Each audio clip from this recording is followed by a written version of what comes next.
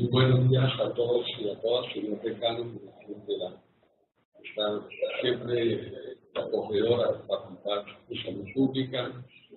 También reciban un saludo muy especial del Centro de Procesamiento del Derecho Fundamental a la Salud de la Universidad Nacional. Y pues sobre el tiempo que la sinopsización nos dice, vamos a hacer algunas reflexiones sobre el tema que nos convoca hoy, sobre el tema del derecho fundamental a la salud en el contexto de las reformas. Quisiera inicialmente decirles lo siguiente. La ley 100, como el decano nos estaba explicando ahora, surge en un contexto donde fundamentalmente se dan dos elementos estructurales. Un elemento de reformas al Estado colombiano, con un énfasis muy fuerte en descentralización, y segundo, que esa dimensión, un énfasis muy fuerte en el modelo económico, la época de las aperturas económicas. Ustedes recordarán que en esa época se produjeron más de 50 reformas económicas: la reforma laboral, la reforma tributaria, la reforma arancelaria, etcétera, etcétera, etcétera. Y en el terreno de la salud y en el terreno de la seguridad social se da básicamente una gran ruptura en relación al modelo que se traía inicialmente, que de alguna manera, como expresaba el decano, hacía parte de lo que en esa época denominábamos la Ley 10, y que entra a funcionar a partir del año 93 un nuevo modelo de aseguramiento. Las olas que venían de las privatizaciones y de la apertura obviamente también cogen al sistema de seguridad social, y al sistema de seguridad social en su conjunto, no solamente la parte de salud, también la parte de pensiones, donde se crean los regímenes de capitalización, igualmente los sistemas de riesgos laborales que anteriormente se denominaban riesgos profesionales. Muy bien, en ese contexto se va a generar una nueva estructura y una nueva respuesta del Estado colombiano y de la sociedad, con grandes debates que se dieron en su momento. Ustedes recordarán que incluso el Congreso rechazó las propuestas iniciales porque no era integral, la parte de salud no estaba ahí, lo que llamaban seguridad social eran pensiones. Y eso es importante porque ahora, las normas de ahora, no sé, y ese es un elemento que simplemente que traigo para la reflexión de todos, habla por un lado del sistema de salud y por el otro lado habla del sistema general de seguridad social y salud. Y no logro precisar exactamente cuál es la diferencia entre el uno y el otro. Y dice que el uno se va a subordinar al otro, pero ya veremos ese momento. Insisto, son elementos para la discusión, pero que no, en mi concepto, no da mucha claridad hacia dónde se va dirigiendo esto. Una norma fundamental que es la Constitución, y en esto quisiera subrayar algo.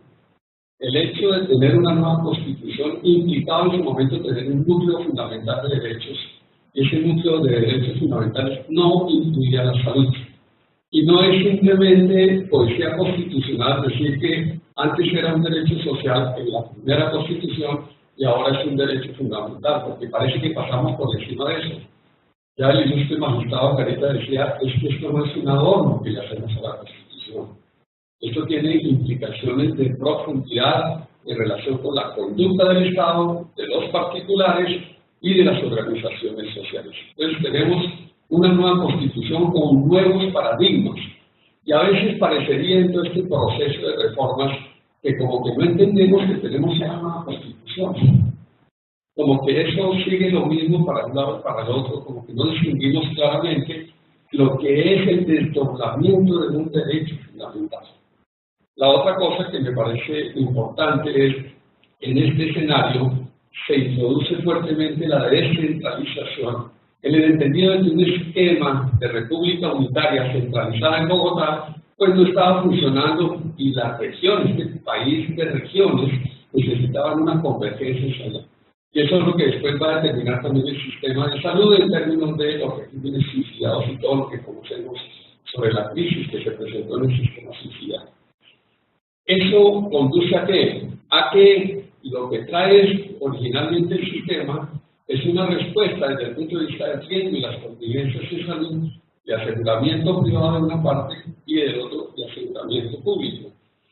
produciendo en mi concepto de entrada del sistema una estratificación según lo dice el artículo 162 de la ley 100. Dice, hay dos sistemas, el sistema contributivo para los que tienen plata y el sistema subsidiado para los que no pueden pagar. Y ustedes van a tener un propio sistema, sus propias redes, hospitales, etcétera, etcétera, y los otros van a tener igualmente recursos públicos y recursos que salen el 1.5 del otro sistema, el sistema contributivo, y se va a ir construyendo una profunda desigualdad que después se va a reflejar en temas de justicia. Entonces, de alguna manera, digamos que el sistema que empieza, como lo han llamado el mercado gerenciado, ese sistema que empieza, pues, tiene un concepto en la mitad, y es que para que funcione eso se necesitan empresas, por eso la empresarización del sistema de seguridad social, por eso las empresas sociales del Estado, por eso la necesidad de cambiar el concepto de oferta por demanda. Todo eso que conocemos, pero es importante en términos de visualizar hoy en día las reformas que se están dando, porque la dimensión de la constitucionalidad de estos hechos pues nos va a permitir sentar un poco los mecanismos que se están desarrollando. Aquí digamos que hay unos cambios profundos de paradigmas. Una cosa, y esto voy a hacer muy breve, sé que estoy limitado en el tiempo, una cosa es construir un sistema de seguridad social o un sistema de salud en el Estado de Derecho anterior a la Constitución del 91, y otra cosa es construir un sistema de salud, de seguridad social y salud en el Estado constitucional. Como que trajimos la Constitución y como que, insisto, no la hemos implicado, no la hemos puesto a disposición del sistema de seguridad social y salud o del sistema de salud. Y decimos eso porque el Estado de Derecho se caracteriza por hacerle una pleitesía permanente a la ley, es la legalidad lo que impera. En cambio, que el Estado constitucional gira alrededor de la Constitución. Y la Constitución, entiéndase para efectos nuestros, derechos fundamentales. Y por eso, en el principio, no entra dentro de ese Estado constitucional la salud como derecho fundamental. Porque decían la doctrina del dogma, no está en el título segundo, entonces simplemente no está escrito ahí. Pero resulta que nosotros tenemos el artículo 93 y la tesis que después tomará la 760 sobre el bloque de constitucionalidad, donde sí hemos signado muchos pactos internacionales, donde, entre otras cosas, la Organización Mundial de la Salud lo reconoce como derecho humano fundamental. Y los derechos fundamentales, los derechos humanos son traslaciones hacia el derecho positivo, y por eso la norma positiva habla de derechos fundamentales. Otra cosa importante es que la fuente de toda la normativa, de toda la institucionalidad va a ser la ley, los códigos, entendamos como tal. En cambio, en el Estado constitucional, la fuente es la Constitución. Y esa Constitución que se atiene y que tiene derechos fundamentales, tiene unas características muy importantes. Las características que tienen los derechos fundamentales, que se dice en la teoría de un profesor, como el profesor Alexis, de que son mandatos de optimización. Es decir, si vamos a trasladar de ese Estado de Derecho, que denomina la salud como derecho social lisa y llanamente, a derecho fundamental, hay unos cambios profundos que hay que hacer. Y por eso se advierte en el documento del país, del Ministerio de Salud, que tratan de acomodar un poco lo que es el derecho social con el derecho fundamental. Y ahí hay un tema que tiene implicaciones en la vida corriente del sistema. Y eso significa, de alguna manera, que los derechos fundamentales tienen un lugar privilegiado en la sociedad. Los derechos fundamentales tienen el sitio exclusivo de un pacto social. Es un pacto social lo que hay. Y así lo han reconocido después de la crisis de la guerra en Europa, donde nacen todas estas tendencias neoconstitucionales, la derrota del fascismo y del nacionalsocialismo y del franquismo, era que había que hacer otra cosa. Y otra cosa no es seguir poniendo leyes, como lo expresa permanentemente la Corte Constitucional, sino era construir de base un consenso social. Y ese consenso social, entre otras cosas, me extraño permanentemente en esto, que eso que dice el artículo 12 de la ley estatutaria de salud, de la participación, no aparezca en nuestros escenarios. La Corte ha repetido en muchas ocasiones, no son cosas esporádicas, no es un simposio, no es que nos convoquen ahí a las asociaciones de pacientes a hablar de una cosa, es permanente, es estructurado, tan es así que se impuso como derecho fundamental. O sea, tan derecho fundamental es el derecho a la salud como el derecho a la participación en la construcción, evaluación, seguimiento. Es que el profesor Franco nos hablaba ahora de la integralidad. Es eso. Entonces, quiero recalcar en esa diferenciación entre lo que es un derecho social lisa y llanamente y lo que es un derecho constitucional. Y los derechos sociales son hoy en día derechos sociales constitucionales, como expresa la sentencia 016 de la Corte Constitucional. Todos los derechos sociales hoy en día son derechos fundamentales. Ahora bien, eso que se está hablando de la fundamentalidad lleva una implicación muy importante, y es que los derechos fundamentales tienen, además de la característica de estar bien situados, además de el hecho de ser el núcleo de convivencia social, tienen un tema, y es que están por encima de todos los poderes. La Constitución está por encima de todos los poderes, y este es un tema constitucional. Antes era el legislador el que mandaba, antes se interpretaba el legislador. Hoy en día el legislador, ustedes lo saben, está sujeto a controles constitucionales. Usted puede legislar, pero siempre y cuando lo haga en el marco de la Constitución. Igualmente es predicable, obviamente, al Ejecutivo cuando usa facultades de regulación. Está sujeto a la Constitución. Y está sujeto a la Constitución, insisto, no es poesía constitucional como se hablaba de la Constitución de Weimar de 1919. Es que antes los derechos fundamentales, eso no es nuevo. Los derechos fundamentales son fundamentales en la medida en que los estados modernos tienen dientes para hacerlos operacionales. Y tienen dientes directos como es la acción de tutela, las acciones constitucionales y las cantidades de acciones que se han ido incorporando en los códigos hoy en día. Y esos dientes van a facilitar que se materialice el derecho. Esa es la diferencia. El tema es que cuando usted encuentra un país que en toda su historia constitucional ha tenido cerca de 8 millones de tutelas, de las cuales gran número de ellas, por lo menos el 60%, tocan a la salud, pues usted dice, no, qué maravilla, ¿no? Los ciudadanos tenemos una herramienta, pero tenemos una gran preocupación, y es que se violentan los derechos fundamentales de los ciudadanos. Esa es la expresión. O sea, es un país que expresa las desigualdades permanentes en el sistema, que expresa las inequidades, y es ahí donde, digamos, hay que reflexionar profundamente en relación con las reformas que se hacen. El derecho fundamental surge, y aquí viene una cosa muy importante, no porque la ley 1751 nos la está trayendo, donde se empieza a hablar de manera estructural del derecho fundamental, lo desarrolla, lo caracteriza y pone una ruta. Y aquí, pues obviamente hay un debate público. Ustedes le dicen a la Corte, usted está haciendo política, usted está haciendo activismo a la Corte Constitucional. Lo que hace en un Estado moderno constitucional es que todos estamos bajo la tutela de la Constitución, y hay alguien que se encarga de eso, y es la Corte Constitucional. Podría ser otra instancia, como lo tienen otros países, que no hacen parte de las Cortes del Poder Judicial, pero que están por encima de ellos, como España, como lo tiene Alemania. Entonces, en esa dimensión, ¿qué es lo que encuentra con esas 22 sentencias que desenterra la Corte Constitucional?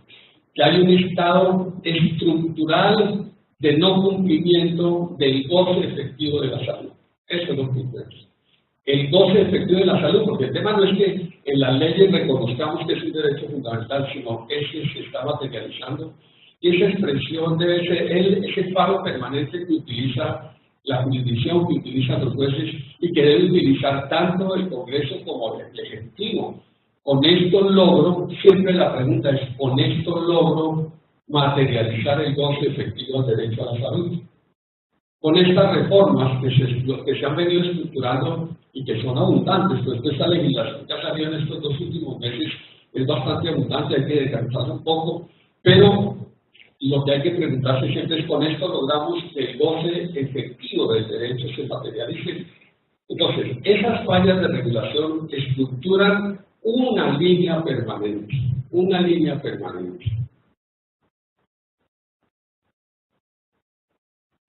Y la línea permanente es que se establece un cronograma de intervenciones. ¿Para qué? Para vigilar. No es que la Corte está haciendo, y ustedes lo pueden ver y mirar, obvio, que eso hay opiniones, que la Corte está haciendo leyes. La Corte lo que está haciendo es un seguimiento, porque está en la Constitución, está en las leyes, la materialidad que le corresponde al Ejecutivo. Y obviamente ahí, como está el decano, hay tensiones muy fuertes y seguramente se van a seguir dando las tensiones. Entonces, lo que ha seguido todo este proceso para mirar las fallas estructurales es que el ojo del derecho fundamental está puesto no sea en una norma, sino si se puso en ejercicio efectivo esa norma. Y el concepto que a veces no aparece, pero es un concepto empírico de materialidad. El derecho no existe sin la referencia necesaria a la vida social y a la vida, en este caso, la vida clínica, la vida en el ambiente de salud y todo lo que las organizaciones internacionales y nacionales hemos entendido por esto. Entonces, se da en relación con esto, por ejemplo, intervención, que hay una intervención muy particular que llama la atención, que es una intervención de focalización dentro de todo este proceso de órdenes, de 32 órdenes, donde va focalizando la Corte cuáles son los elementos estructurales. Y hay uno muy importante que es bien traído a caso, porque nosotros hacemos parte también de una red internacional de derecho sanitario, donde todos los países miran a Colombia así, ¿cómo así que una Corte está haciendo seguimiento? ¿Cómo así que una Corte está mirando eso? ¿Por qué? Porque en el Estado de Derecho el juez simplemente produce la sentencia y puntual queda. En el Estado constitucional, el juez tiene que velar porque se haga efectivo el derecho, por eso existe el desacato y otra cantidad de órdenes. Y aquí el seguimiento que se da.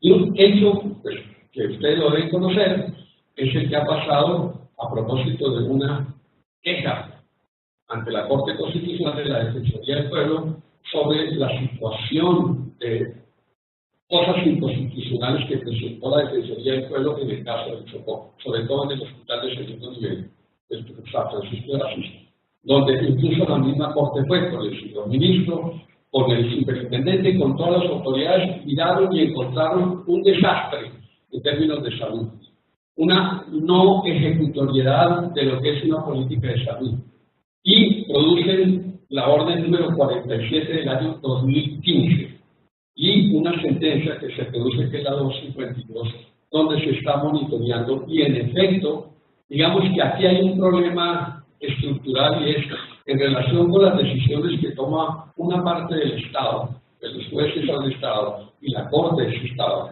una parte de ellas, y es que las decisiones que se toman tienen una receptividad muy lenta de parte del Ejecutivo o de parte de los órganos de control. Y por el otro lado, pero permite también ver todo el ejercicio de la tutela, dónde están las fallas estructurales del sistema. Para significar esta nueva posición y este nuevo entendimiento sobre el proceso que hay de la intervención del Tribunal Constitucional, quisiera simplemente subrayar unos puntos que también se reflejan en las reformas. El marco de decisiones de la Corte. Primero, de las órdenes 16 a 23, hace toda la actualización y unificación cuando se da la orden de unificación del POS, que se demora un poco, pero finalmente quiebra eso, por lo menos esa igualdad ante la ley, aunque materialmente no se haya dado todavía. Pero ante la ley somos iguales, hablando de salud, ante la ley. Y por eso la Corte dice hay que unificar. Y se demora un poco, pero ahí vamos caminando, y el órgano ejecutivo va poco a poco caminando. Claro, hay que mirar otros ambientes, claro, hay que mirar, como se decía, la sostenibilidad fiscal, de dónde surgen los recursos, etcétera. Pero no hay cosa más fastidiosa en una sociedad que en la misma ley instaurar mecanismos de privilegio para unos ciudadanos contra otros ciudadanos. Yo los invito a ustedes que lean críticamente el artículo 162 de la ley 11, de la ley 100, perdón, de la ley 100, que nos da de entrada una división en clases sociales, nos instaura las clases sociales en términos de la salud. Igualmente, en el marco de la ley, las órdenes 24-27, que hablan de la sostenibilidad fiscal y del flujo de los recursos. Y la Corte en eso procura y mira, y después va a mirar la decisión 27 y después va a mirar un poco cómo coayuda también a que el flujo de los recursos, esa crisis permanente de las instituciones hospitalarias y clínicas, que se logre destrabar. Igualmente, ordena, y eso el Ministerio produce, uno desde el punto de vista jurídico, incluso los que no están en el escenario jurídico, pero las leyes también tienen unas jerarquías, y haciéndole un rastreo a la Carta de Derechos de los ciudadanos pacientes, mientras en la Unión Europea llevan 50 años haciendo manifestaciones públicas sobre los derechos de los pacientes, aquí escasamente la sacamos en resoluciones. Una resolución que poca gente conoce sobre. Y desde el ministro González se vienen dando resoluciones hasta que ahora la ley estatutaria los coloca en su punto. El punto y el eje central es que el sistema debe empezar desde eso que es la microgestión del ciudadano mirando hacia arriba y no dedicarnos siempre a la macrogestión, a ver arriba que hay que mirarlo, ni más faltaba, pero el punto central es que el ciudadano, el que llega, el que atiende, el que le hace la cena cola, al que no le presenta la intervención, al que no le hacen medicamentos, a ese ciudadano es el que hay que mirar. Entonces, esa intervención de la Corte, incluso ustedes ven las resoluciones, dice por mandato de la Corte, tal y tal, que aquí no es que el uno haga mejor la tarea que el otro, no, yo no me refiero a eso. Lo que me refiero es a cómo hacemos colectivamente eficaz el goce efectivo del derecho. Esa es la cosa. La orden número 29 sobre cobertura universal y entre otras cosas también la 30 y la 32 que ve las posiciones de la acción de tutela y la diferenciación de las providencias que se van produciendo ahí. La orden 17, actualización integral de los beneficios. La orden, el acto 263, que determina de alguna manera la formalización y lo establecido en el COMPES para la divulgación. Entonces la Corte tiene varios autos donde obliga a las instituciones, entre otras cosas al Poder Judicial, a que difundan esto, a que, por ejemplo, los que se presentan a concursos públicos del Poder Judicial, a ser jueces, magistrados y todo, tengan inicialmente unas preguntas sobre eso. Entonces, de aquí surge pues, el acto número 411 y que, de alguna manera, el día de mañana, por televisión, y eso tiene que ver con ese auto, la información que permanentemente, porque ahí tenemos dificultades, lo que decía el decano ahora en la parte final de la información, ya hay una reglamentación sobre la información. Sobre esa información que las hoy día EPS no suministran adecuadamente al sistema. No se puede hacer revisión, gestión, control de las tipologías que se están dando, de las patologías que se están dando, sino que casi que hay que obligarlas. Claro que tienen que hacer una que es público, es que estamos en el territorio de lo público, no estamos en el territorio de lo privado. Y ahí hay una diferenciación. Una cosa es que una EPS sea privada, su naturaleza, pero maneja recursos públicos y maneja política pública, que es lo que se llama el Estado administrativo de colaboración. Y en esto se ordena justamente y se les pregunta a los del régimen constitutivo por qué niegan permanentemente servicios. Den una explicación, qué tipo de servicios niegan. Mañana en la televisión, en Señal Colombia, sale una explicación de las EPS por orden de la Corte para que le digan a los ciudadanos y además qué razones han tenido para que no procedan a materializar la atención en salud. Y eso es importante porque a veces nos quedamos en el macro y en lo macro hay problemas, pero es importante también, como decía el decano, que hay puntos en los cuales se puede avanzar y qué mejor informar, qué mejor avance que tener la información, poder hacer y formular la crítica, poder participar.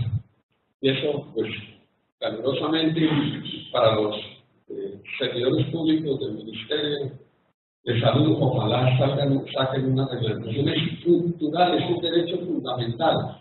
Y como derecho fundamental tiene que ir al Congreso, porque es una ley estatutaria, los derechos fundamentales se tramitan en el Congreso.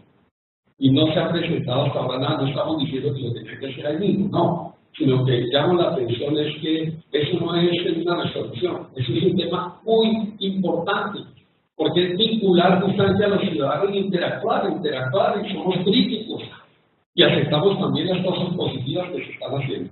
Entonces, aquí aterrizamos ya, digamos, en ese recorrido. Lo que quiero decir es, el derecho fundamental en los escenarios de las reformas han venido estando, el derecho fundamental sigue estando, y detrás el motorcito que ha facilitado todo eso ha sido la Corte Constitucional y particularmente su sala de seguimiento de la sentencia T760. Surge la ley, impulsada por cantidad de organizaciones sociales, médicas, la Junta Médica, la Federación, en fin, todo un conjunto. Unos quedaron más satisfechos, otros menos, pero se logró materializar. Y es importante, quiero destacar eso, no es una ley más, es una ley que, visto ya en el orden del documento del Ministerio, valía la pena, y hay puntos para discutir. Finalmente, ¿quién le va a ceder el espacio a quién? La ley 100 le va a ceder el espacio a la ley 1751, la 1751, como dice, el régimen de la ley 100 se le va a acomodar, dice el documento, se le va a acomodar, página 38, 39 siguientes, y tiene que acomodar al sistema de salud. Entonces uno empieza a decir sistema de salud. Hay otro nuevo sistema, son luces que se están abriendo, son caminos, y miren, en esto quisiera simplemente decir lo siguiente, en relación con el país. Son algunos puntos insisto, también para traer al debate, cosa que me parece muy bien estructurado por parte de la facultad. Y dice lo siguiente. Estoy con la resolución número 429 del 17 de febrero del 2016. Sistema de salud o sistema de seguridad social de salud. La implementación del modelo de atención exige poner a disposición de los integrantes un conjunto de herramientas, políticas, planes, proyectos, normas, guías, alineamientos, protocolos, instrumentos, metodologías, documentos técnicos que integran los objetivos del sistema de salud con los del Sistema General de Seguridad Social de Salud. Leyendo esto, integra los objetivos del sistema de salud, que sería el nuevo, porque la ley no lo tenemos, o sea, la ley nueva, la 1751, se va a acomodar al sistema de ley 100, que es el que hemos venido criticando, y el que permanentemente la Corte Constitucional ha seguido criticando, como dicen ellos, para hacer efectivo el derecho a la salud. Después dice, la presente resolución se aplica a las poblaciones residentes en el territorio y su implementación es responsabilidad de las entidades territoriales. Muy bien. Entidades administradoras de planes de beneficios. Entonces, se pregunta uno, ¿esas entidades administradoras de planes de servicio reemplazan a las EPS actuales? Porque aquí nos dicen, las que administran los planes de beneficios, instituciones de las IPS y de naturaleza pública, privada y fe. Son preguntas que, insisto, para efectos del debate, pues ojalá nos pudiéramos aclarar un poco, porque aquí está lo mismo con la caracterización del MIAS, cuando, entre otras cosas, esas rutas, y esa es otra pregunta, ese RIAS, la regulación de rutas integrales de atención en salud, son una herramienta obligatoria que define a los integrantes del sector de salud. Y ahí me pregunto si eso equivale a los protocolos actuales, si lo reemplaza, si las guías, hoy día clínicas y todo lo que usa el personal médico es reemplazado por estas guías. Las guías integran las intervenciones individuales y colectivas que realizan los diferentes integrantes dentro de las competencias, las cuales deben adaptarse a los ámbitos territoriales y a los diferentes grupos poblacionales, además que lo sitúa a nivel territorial. Muy bien. Y igualmente, lo que me parece interesante aquí es que, además de los ámbitos territoriales, urbanos, este país es complejo, entonces es amplio para hacer, me parece pertinente, y dice que lo siguiente, el punto 5.6 de esta resolución: los aseguradores, en cumplimiento de las condiciones de habilitación y permanencia deben fortalecer la gestión del riesgo financiero, la capacidad técnica para la gestión del riesgo de salud de los afiliados y la interacción de los demás integrantes del sistema dentro de cada ámbito territorial definido para el MINA. O sea, sí ha habido una crítica, sobre todo de los cuerpos médicos, sobre el desarrollo y la implementación de la Ley 100, ha sido la concentración del riesgo financiero y el riesgo en salud, la gestión en salud en las EPS. Ahora, vamos para allá. ¿Quiénes son los que actúan? Los prestadores, las IPS son los que actúan. Con esto estamos dándole otra envoltura a las EPS, porque van a seguir manejando, como dice aquí, el riesgo financiero. No habíamos escuchado hablar al señor ministro de que se iba a crear una estructura central, un fondo central que administrara y monitoreara los recursos que son públicos para todo el sistema y que de otro lado sale de los bolsillos de todos los ciudadanos. Porque así finalmente salgan del Estado, los ciudadanos pagamos impuestos y todos estamos en la misma de alguna manera en eso. Pero, insisto, son interrogaciones que yo planteo aquí, porque aquí se habla, como ustedes ven, en lo que les leí anteriormente, de las entidades administradoras de planes de beneficio. Reemplaza las EPS, y aquí nos hablan del riesgo financiero. El riesgo financiero y el riesgo en salud. Para terminar, las aseguradoras en cumplimiento de las condiciones de habilitación y permanencia deben fortalecer la gestión del riesgo financiero, la capacidad técnica para la gestión del riesgo en salud de los afiliados y la interacción con los demás integrantes del sistema. Además de que posteriormente nos van a hablar del régimen de incentivos que se van a producir así, como dice el ministro, alinear los incentivos positivos y los negativos, que eso significa simplemente seguir permaneciendo en el mercado. La gran pregunta es, ¿quién se le debe acomodar a quién? La Ley 100 reestructurando todo lo que venía al nuevo escenario constitucional del derecho fundamental a la salud, o la Constitución se tiene que entrar a acomodar a una ley que en su momento era una ley de un derecho social no constitucional. Muchas gracias.